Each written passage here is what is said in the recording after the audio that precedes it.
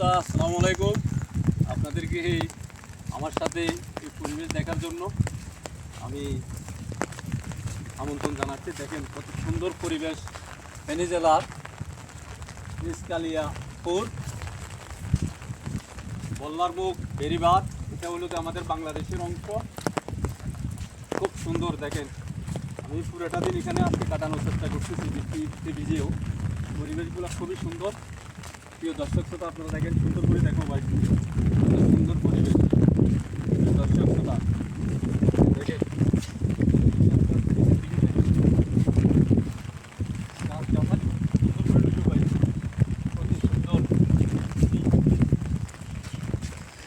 আপনারা দেখেন ভিডিওগুলো করাইতেছি আমার এই ছোটো ভাই দিয়ে। কারণ আজকে আমার ক্যামেরাম্যান এখানে আসতে পারে, এই ছোটো ভাইটা আমি কষ্ট করতেছি। আচ্ছা ছোটো ভাই, এটা কি ইন্ডিয়া? দেখেন প্রিয় দর্শক শ্রোতা, এই খালের এই সাইডটা হচ্ছে বাংলাদেশ, ওই ফার্স্টে হচ্ছে ইন্ডিয়া। আমি এখন বাংলাদেশে আছি, আর এই ফার্স্টটা হচ্ছে ইন্ডিয়া। দেখেন ইন্ডিয়ার ঘর বাড়িগুলো দেখা যাইতেছে। হ্যাঁ ভাই, কোনো সমস্যা হবে কিনা আমরা এখান দিয়ে আসলে? দেখেন ওইদিকে আপনার ইন্ডিয়া, এটা হচ্ছে খাল। এই খাল হচ্ছে বাংলাদেশের। গত বছর বন্যায় এই পরশুরাম উপজেলার নিষ্কালিকাপুর বল্লার মুখ বাঁধ, এই ক্যানেল দিয়ে গত বছর বন্যার পানিটা বাংলাদেশে প্রবেশ করে আমাদের ফেনী জেলার ছাগলাইয়া, পরশুরাম, ফুলকাজি, তিনোটা উপজেলা, তিনোটা থানাতেই প্রচুর পরিমাণের পানি, ইন্ডিয়ার পানি এই নিষ্কালিকাপুর বল্লার মুখ বাঁধ ক্যানেল দিয়ে পানিগুলো বাংলাদেশে প্রবেশ করে। ইন্ডিয়ার কর্তৃপক্ষ ওনাদের পানির চাপ সইতে না পেরে নিষ্কালিকাপুর বল্লার মুখ বেড়িবাঁধটা ওনারা কেটে দিয়ে রাত্রে সংরক্ষণে আমাদের বাংলাদেশে এই পানিগুলা উঁচু করে ঢুকে বাংলাদেশে আমাদের ফেনী জেলাটা পুরাটাই বন্যায় কবলিত করে ফেলে। বন্যায় প্লাবিত হয়ে আমাদের ফেনী জেলা অনেক ক্ষয়ক্ষতি হয় আমাদের। আমি এই প্রথম এই পরশুরাম উপজেলার নিষ্কালিকাপুর বল্লার মুখ বেড়িবাঁধে আসলাম দেখার জন্য, কারণ এখনও বৃষ্টি হচ্ছে। গত বছর তো আমরা অনেক কষ্ট করেছি বন্যায় কবলিত হয়ে। আমাদের অনেক ভাই বোনকে আমরা হারিয়েছি, আত্মীয়স্বজনদেরকে আমরা হারিয়েছি, আমাদের বাড়িঘর হারিয়েছি, আমাদের ব্যবসা প্রতিষ্ঠান হারিয়েছি, আমাদের গবাদি পশু, হাঁস মুরগি, গরু ছাগল, মহিষ, গৃহপালিত পশু পাখিগুলা আমরা হারিয়েছি। আমাদের রাস্তাঘাটগুলো অনেক ক্ষয়ক্ষতি হয়েছে। দর্শক শ্রোতা দেখে এখন কিন্তু এখান দিয়ে আমাদের বাংলাদেশ কর্তৃপক্ষ এগুলা বাদ দিতেছে আমাদের বাংলাদেশের সরকারের পক্ষ থেকে। এটা আমাদের বাংলাদেশের এরিয়া, খুব সুন্দরভাবে কাজ চলতেছে, কাজ চলমান আছে এখনও।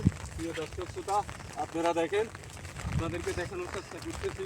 এখানে ওনারা সুন্দরভাবে এই সারিবদ্ধভাবে এগুলা এখানে তৈরি করা দিতেছে, যে এগুলা রক্ষার চেষ্টা করতেছে। যেহেতু বন্যা হলে আমাদের বাংলাদেশে পানি প্রবেশ করতে না পারে, সেই জন্য আমাদের বাংলাদেশ সরকার খুব সুন্দর একটা উদ্যোগ নিয়েছে। এই পরশুরাম উপজেলার নিষ্কালিকাপুর বল্লার মুখ বেড়িবাঁধ তার সুন্দরভাবে নির্মাণ করতে আমাদের বাংলাদেশ সরকার। এই জন্য আমি আমাদের বাংলাদেশ সরকারকে আন্তরিকভাবে অসংখ্য ধন্যবাদ ও কৃতজ্ঞতা জানাচ্ছি। কারণ এই বন্যা যখন আসে তখন বাংলাদেশে, যখন ইন্ডিয়ার পানি প্রবেশ করে, তখন বাংলাদেশে বন্যার চাপ বেড়ে যায়, পানির পরিমাণ বেড়ে যায়। তখন আমাদের বাংলাদেশটা একটু নিচু এরিয়া, ইন্ডিয়াটা অনেক নিচু এরিয়া। তখন আমাদের বাংলাদেশটা পুরা পানিতে প্লাবিত হয়ে বাংলাদেশে প্রচুর পরিমাণের বন্যা সৃষ্টি হয়। আমাদের বাংলাদেশের সব এরিয়াগুলো বন্যায় নিমজ্জিত হয়ে যায়। তখন আমরা অনেক সমর্থন হই। ইনশাআল্লাহ এখন যেহেতু এই পরশুরাম উপজেলার নিষ্কালিকাপুর বল্লার মুখ বেড়িবাঁধটা ইনশাআল্লাহ এখানে একটা সুন্দরভাবে ইনশাআল্লাহ ইন্ডিয়ার পানি উন্নত সময় আমাদের বাংলাদেশে প্রবেশ করতে পারবে না, আমি আশা রাখি। এই জন্য আমাদের বাংলাদেশ সরকারকে আমাদের দুর্যোগ পরিকল্পনা মন্ত্রণালয়কে অসংখ্য ধন্যবাদ জানাই, যারা এই বাঁধটা নির্মাণ করতেছে। ওনাদের প্রতি রইল আমার অশেষ কৃতজ্ঞতা। ওনারা যেন সুন্দরভাবে এই বাঁধটা নির্মাণ করে মজবুত করে তাড়াতাড়ি বন্যা যেন আর আমাদের বাংলাদেশের মানুষ যেন ক্ষতিগ্রস্ত না হয়, সামিতে এই আশা ব্যক্ত রেখে আমি আবারও আপনাদের কাছ থেকে বিদায় নিতেছি। আবারও দেখা হয়ে যাবে। আসসালামু আলাইকুম ওয়া রাহমাতুল্লাহি ওয়া বারাকাতু। সবাই ভালো থাকেন, সবাই সবাইকে ভালো রাখার চেষ্টা করেন। আর বন্যায় আতঙ্কিত না হয়ে আমরা সবাই যেন আমরা বন্যার প্রস্তুতি নিতে পারি।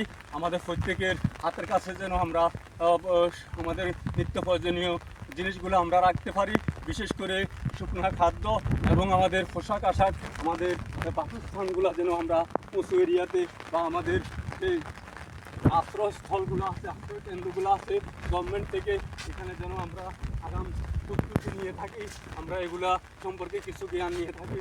আল্লাহ যেন আমাদের সমগ্র বাংলাদেশের প্রত্যেকটা নাগরিককে, আমাদের দেশবাসীকে, আমাদের দেশটাকে আল্লাহ তাআলা যেন হেফাজত করে। আল্লাহর কাছে আমরা সব সময় নামাজ পড়ে এটাই প্রার্থনা করি, আল্লাহ যেন আমাদের বাংলাদেশের প্রত্যেকটা নাগরিককে, প্রত্যেকটা অঞ্চলকে আল্লাহ যেন হেফাজত করে, আমাদের বাংলাদেশটাকে যেন আল্লাহ তাআলা হেফাজত করে। বিশ্বের বুকে যেন আমরা মাথা উঁচু করে দাঁড়িয়ে আমাদের পরিস্থিতি লাভ করতে পারি, এই আশা ব্যক্ত রেখে আমি এখান থেকে আবারও বিদায় নিতেছি। আসসালামু আলাইকুম ওয়া রাহমাতুল্লাহি ওয়া বারাকাতুহু। সবাই ভালো থাকেন, সবাই সবাইকে ভালো রাখার চেষ্টা করেন। আল্লাহ হাফেজ।